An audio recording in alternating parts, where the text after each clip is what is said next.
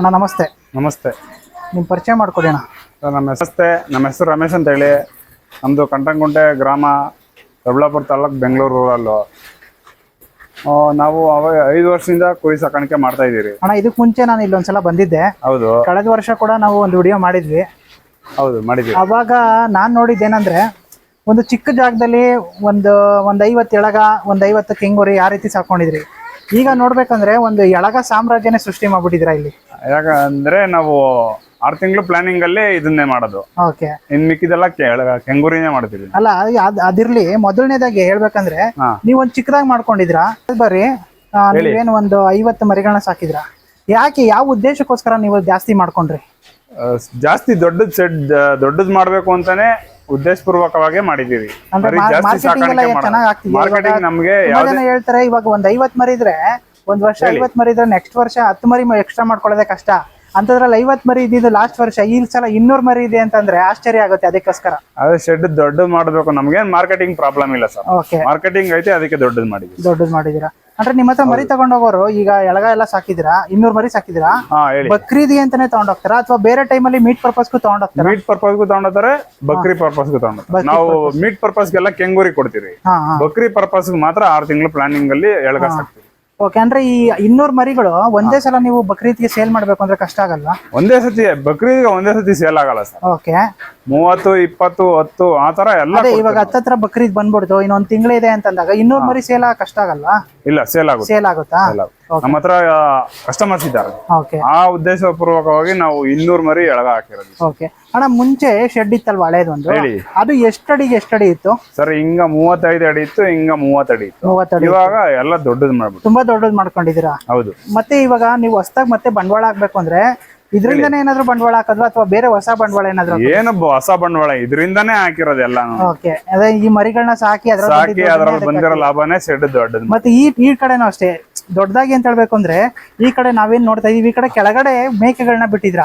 But ಆದ್ರೆ ಇದ್ಲೂ ಕೂಡ elevated ಮಾಡಿ ಕುರಿಗಳನ್ನ ಸಾಕಿದಿರಾ. ಅಂದ್ರೆ ಎಷ್ಟು ಖರ್ಚಾಗುತ್ತಣ್ಣ? ಇವಾಗ ಒಂದು 30 ಅಡಿ ಇದು ಉದ್ದ, ಇದು ಬಂದು ಏನು ಒಂದು 30 ಅಡಿ ಇದೆ ಅಂತಂದ್ರೆ, ಈ ಒಂದು ಕಂಪಾರ್ಟ್ಮೆಂಟ್ ಮಾಡ್ಕೊಳಕ್ಕೆ ಎಷ್ಟು ಖರ್ಚಾಗುತ್ತಣ್ಣ? ಸರ್, ಇದಕ್ಕೆ 50,000 ಬರುತ್ತೆ. ಇದಕ್ಕೆ 50,000 ಬರುತ್ತೆ. ಇದಿಷ್ಟಕ್ಕೇನೆ ಮ್ಯಾಟು, ಇದಿಷ್ಟಕ್ಕೇನೆ 50,000 ಬರುತ್ತೆ. ಗೋನ್ಗೆ ಇದ್ರೆ, ಶೆಡ್ ಇದ್ದು ಮತ್ತೆ ಜಾಗ ಇದ್ರೆ, ಇದಕ್ಕೆ 50,000. ಎಲಿವೇಟೆಡ್ ಮಾಡ್ಕೊಬೇಕು ಅಂದ್ರೆ ಮರಿಗಳು ನೆಲದಲ್ಲಿ ಬಿಡಬಾರ್ದು, ಮೇಲಿರ್ಬೇಕಪ್ಪ ಅಂದ್ರೆ ಒಂದು 50,000 ಖರ್ಚಾಗುತ್ತೆ. ಓಕೆ ಅಣ್ಣ. ಅಂದ್ರೆ ನೀವು ಮರಿಗಳು ತಂದಿರೋದು ಯಾವ ರೇಟಲ್ಲಿ ತರ್ತೀರಾ ಅಣ್ಣ? ಸರ್, ನಾವು 10,000ದಿಂದ 11,000ವರೆಗೂ ತರ್ತೀವಿ. ಅಂದ್ರೆ ಅವಾಗ ಎಷ್ಟು ಕೆಜಿ ಇರ್ಬೋದು ಅವಾಗ ಮರಿಗಳು? 30 ಕೆಜಿ ಬರ್ತಾವೆ. ಲೈವ್ ವೇಟ್ 30 ಕೆಜಿ ಬರ್ತಾರೆ. ಓಕೆ. ಅಂದ್ರೆ ನೀವು ಕೊಡ್ಬೇಕಾರೆಲ್ಲ ಮರಿಗಳು ಅಲ್ಲಾಗಿರ್ತಾವ? ಅಲ್ಲಿ ಮಾಡಿರ್ತಾರೆ. ಓಕೆ ಅಣ್ಣ. ಈಗ ನೀವು ಕೆಂಗುರಿಗಳನ್ನ ಸಾಕ್ತಾ ಇದೀರಾ? ಕೆಂಗುರಿ ಸಾಕ್ತೀವಿ. ಓಕೆ. ಅವು ಇವಾಗ ವರ್ಷದಲ್ಲಿ 4 ಸಲ ತರ್ತೀರಾ? 4 ಸರಿ ತಂದೆ. ಪ್ರತಿ ಬ್ಯಾಚ್ ಅಲ್ಲಿ ಎಷ್ಟು ಮರಿಗಳನ್ನ ಹಾಕ್ತೀರಾ ಸರ್? 100 ಮರಿಯಿಂದ 150 ಮರಿ ಮೇಸೆ 150 ಮರಿ ಹಾಕ್ತೀರಾ. ಅವು ಒಂದ್ ಮರಿ ತರದ್ ಯಾವ ರೇಂಜ್ ಅಲ್ಲಿ ತರ್ತೀರಾ? 7,000, 7,200, 7,500. ಓಕೆ. 7,500 ರೇಂಜ್ ಅಲ್ಲಿ ತರ್ತೀರಾ.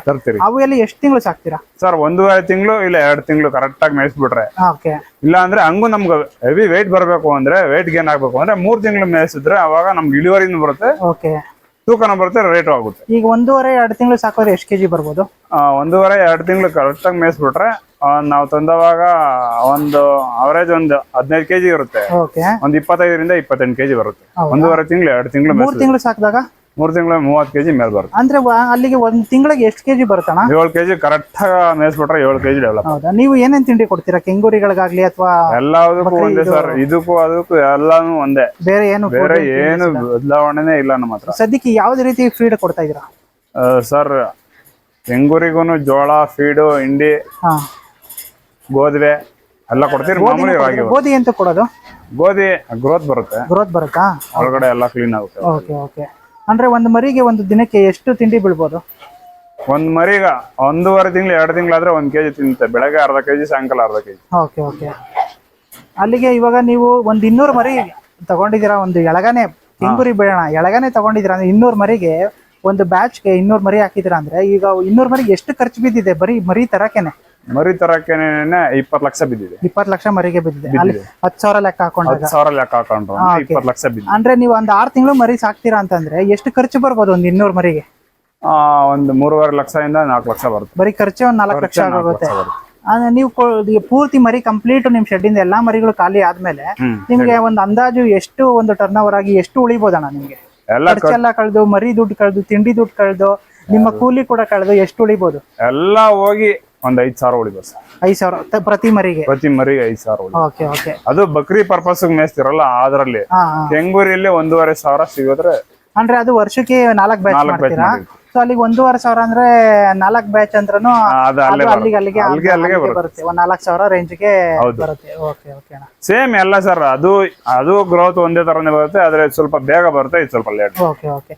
ನಿಮ್ಗೆ ಕೆಂಗೂರಿ ಮತ್ತೆ ಎಳಗ ಹೋಲ್ಸ್ಕೊಂಡ್ರೆ ಯಾವ ಮರಿ ನಿಮ್ಗೆ ತುಂಬಾ ಸೂಕ್ತ, ತುಂಬಾ ಈಸಿ ಸಾಕೋದ್ ಈಸಿ? ಸಾಕೋದ್ ಕೆಂಗೂರಿ ಈಸಿ. ಕೆಂಗೂರಿ ಈಸಿ. ಅದ್ ಯಾಕಂದ್ರೆ 1.5 ತಿಂಗಳು ಮೇಸಿದ್ರೆ ಸಾಕು, ಗ್ರೋತ್ ಬಂದ್ಬಿಡುತ್ತೆ. 1.5 ತಿಂಗಳು 2 ತಿಂಗಳು ಮೇಸಿದ್ರೆ ಗ್ರೋತ್ ಬಂದ್ಬಿಡುತ್ತೆ.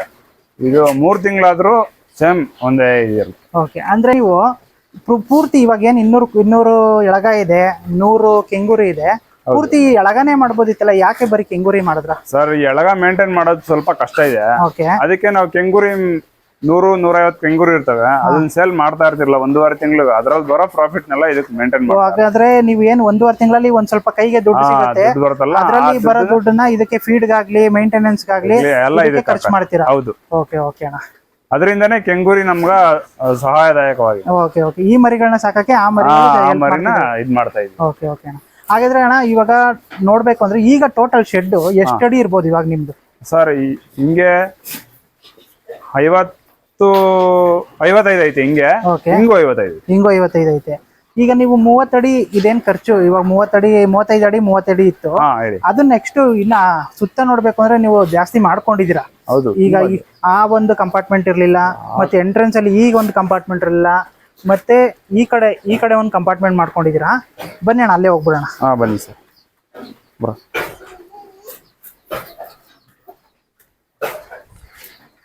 ಇಲ್ಲೊಂದು ಕಂಪಾರ್ಟ್ಮೆಂಟ್ ಮಾಡ್ಕೊಂಡಿದ್ದೀರಾ? ಓಕೆ.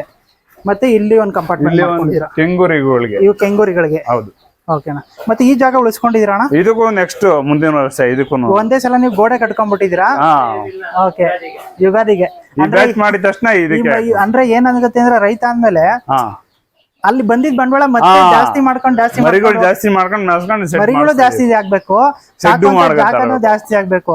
ಮತ್ತೆ ನೋಡಿ ಇದು ಆಲ್ರೆಡಿ ನಿಮ್ಮ ಹತ್ರ ಈ ಗೋಡೆ ಇತ್ತು, ಈಗ ಕಾಣಿಸ್ತಿದೆ ಆ ಕಡೆ ಗೋಡೆ ಇತ್ತು. ಇನ್ನ ಅದಕ್ಕೆ ಎಕ್ಸ್ಟ್ರಾ ಶೀಟ್ ಹಾಕೊಂಡು ಈ ಸುತ್ತ ಏನೊಂದು ಕಾಂಪೌಂಡ್ ಹಾಕೊಂಡು ಇಲ್ಲೊಂದು ಶೆಡ್ ಮಾಡ್ಕೊಂಡಿದ್ದೀರಾ. ಈಗ ಈ ಮರಿಗಳು ಮಾರಿ ದುಡ್ಡಲ್ಲಿ ಕೈ ದುಡ್ಡು ಬಂತು ಅಂದಾಗ ಈ ಕಡೆ ಒಂದೊಂದು ಶೆಡ್ ಮಾಡ್ಕೊಂಡಿದ್ದು ತುಂಬಾ ಒಳ್ಳೆ ಪ್ಲಾನ್ ಅಣ್ಣ. ಸೊ ನೀವು ಅವಾಗ್ಲೇ ಹೇಳ್ದಾಗೆ ಈ ರೀತಿ ಒಂದು ಜಾಗ ಇದ್ರೆ ಈ ರೀತಿ ಒಂದು ಎಲಿವೇಟೆಡ್ ಮಾಡ್ಕೊಳಕ್ಕೆ ಒಂದು 35 ಅಡಿಗೆ ಒಂದು 50,000 ಬೇಕಾಗುತ್ತೆ. ಓಕೆ ಓಕೆ ಅಣ್ಣ. ಇವು ಟೋಟಲ್ ಅಣ್ಣ ಇವಾಗ ಎಷ್ಟು ಮರಿ ಇದಾವೆ? 75 ಇದಾವೆ. ಓಕೆ ಅಣ್ಣ. ಅಂದ್ರೆ ಇವಾಗ ಇಲ್ಲಿರೋ ಮರಿಗಳೆಲ್ಲ ಸೇಲ್ಗಿದಾವ ಹೇಗಣ್ಣ? ಇವು ಸೇಲ್ಗಿದಾವೆ, ಕೆಂಗೂರಿ ಸೇಲ್ಗಿದಾವೆ. ಓಕೆ. ಯುಗಾದಿ ಹಬ್ಬಕ್ಕೆ ಯಾರಾದ್ರೂ ಬಂದ್ರೆ ಕೊಡ್ತೀರಾ?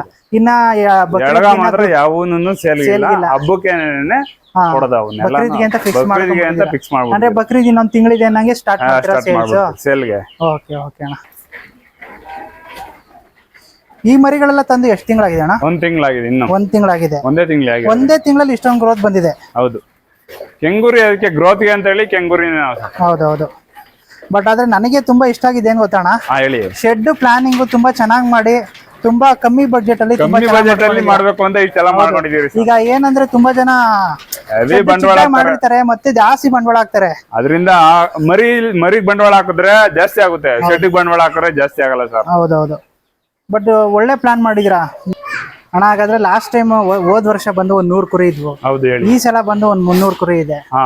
ಹಾಗೆ ಈಗ ಇದೇ ರೀತಿ ಪ್ರತಿ ವರ್ಷ ಇನ್ನ ಮುಂದಕ್ಕೆ ಏನಾದ್ರು ಜಾಸ್ತಿ ಮಾಡ್ಬೇಕು ಇಲ್ಲ 500 ಮಾಡೇ ಮಾಡ್ತೀವಿ. 500 ಮಾಡೇ ಶೆಡ್ ಕೂಡ ಇಷ್ಟು ದೊಡ್ಡದಾಗಿ ಮಾಡ್ಕೊಂಡಿದ್ರಾ? 500 ಮರಿ ಮೇಯಿಸಬೇಕು ಅಂತ ಟಾರ್ಗೆಟ್ ಇಕ್ಕಿದೀನಿ. ಇನ್ನು ಆ ಕಡೆ ಎಲ್ಲ ಖಾಲಿ ಬೇರೆ ಇದೆ. ಹೌದಾ? ಹೌದು. 500 ಮಾಡ್ಲೇಬೇಕು ಅಂತ ನಾನು ಮೈಂಡ್ ಫಿಕ್ಸ್ ಆಗಿದ್ದೀನಿ. 500 ಮಾಡೇ ಮಾಡಿ. ಓಕೆ ಓಕೆ ಓಕೆ ನಾ ಒಳ್ಳೇದಾಗ್ಲಿ. ಈ ವರ್ಷ ಬಕ್ರೀದ್ ರೈತರು ಒಳ್ಳೇದ್ ಮಾಡ್ಲಿ, ಒಳ್ಳೆ ಕೈ ಹಿಡೀಲಿ, ಒಳ್ಳೆ ದುಡ್ಡು ಕೊಡ್ಲಿ ಅಂತ ಹೇಳಿ. ಥ್ಯಾಂಕ್ ಯು ಸೊ ಮಚ್ ಅಣ್ಣ.